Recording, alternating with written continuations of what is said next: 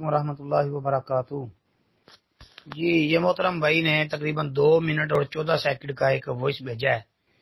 یہ جو بھائی اس میں بول رہا ہے اس کی پوری بات تو میں نے سنی نہیں ہے ساری۔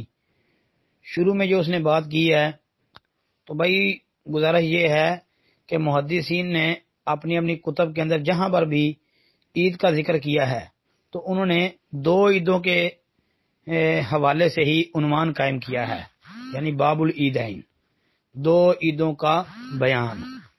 کسی نے بھی 2 عیدوں کے علاوہ یعنی 3 عیدیں یا 2 سے زیادہ عیدیں 3 4 5 اس طرح ذکر نہیں کیا۔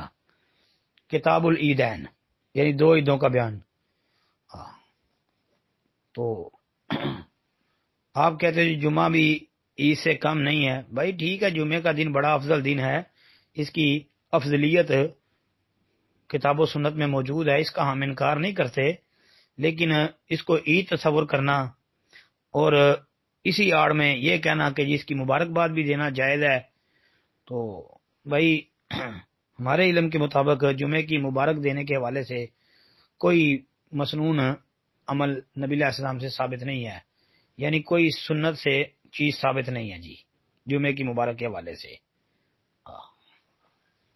باقی اس کو عید تصور کرنا یہ بھی صحیح نہیں ہے۔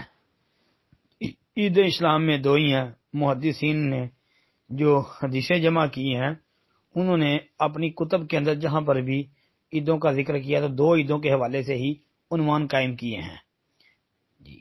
یہ ایک بڑی واضح دلیل ہے، اس کو سامنے رکھ لیں۔